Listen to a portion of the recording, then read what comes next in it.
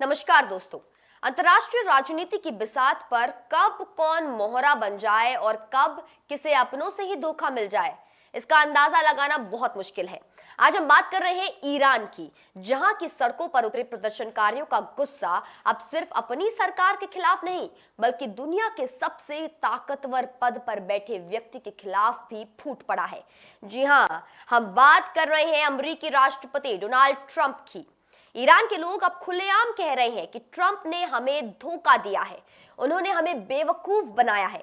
आज के इस वीडियो में हम समझेंगे कि आखिर क्यों ईरान के आम नागरिक, जो कल तक अमेरिका की ओर उम्मीद भरी नजरों से देख रहे थे, आज उसे अपना सबसे बड़ा विश्वासघाती मान रहे हैं।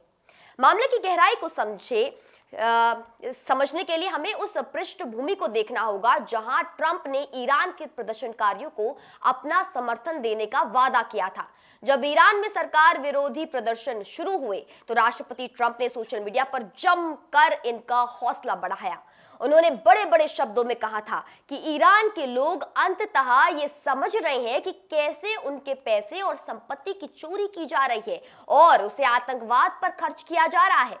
ट्रंप ने भरोसा दिलाया था कि अमेरिका इन बहादुर लोगों के साथ खड़ा है। इन बयानों ने ईरान के युवाओं और प्रदर्शनकारियों के मन में एक उम्मीद जगाई थी कि शायद अमेरिकी मदद से उनकी जिंदगी और देश की सूरत बदलेगी, लेकिन हकीकत कुछ और ही निकली।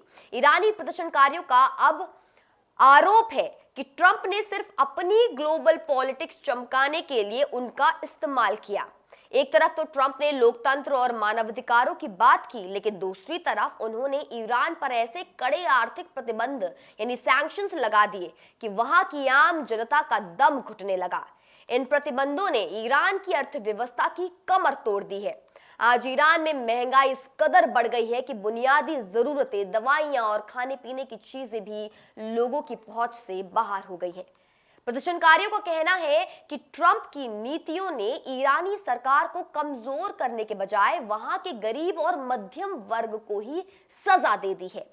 इतना ही नहीं, ईरान के लोग ट्रंप के उस फैसले को कभी नहीं भूल सकते जिसमें उन्होंने ईरानियों के अमेरिका आने पर ट्रैवल बैन लगा दिया था। प्रदर्शनकारियों का सवाल सीधा है, अगर आप हमारे दोस्त हैं और हमारे अधिकारों के लिए लड़ रहे हैं तो आपने हमारे परिवारों के लिए अमेरिका के दरवाजे क्यों बंद किए? लोगों का मानना है कि अमेरिका को ईरान के लोगों की तकलीफों से कोई लेना देना नहीं है। वे सिर्फ ईरान के तेल और वहां की रणनीतिक संसाधनों पर कब्जा चाहते हैं। उन्होंने हमें धोखा दिया, ये जुमला आज तेहरान की गलियों में एक नारा बन चुका है।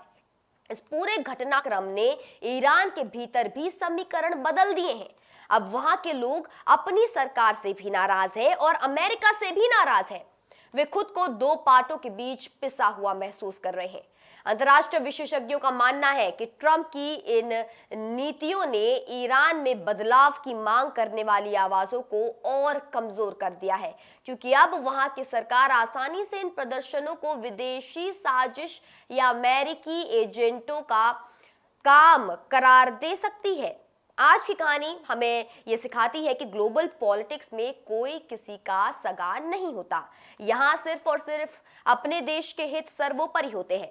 ईरान के लोगों का यह दर्द उन सभी के लिए एक बड़ा सबक है जो सोचते हैं कि विदेशी हस्तक्षेप किसी देश की अंदरूनी किस्मत को बदल सकता है।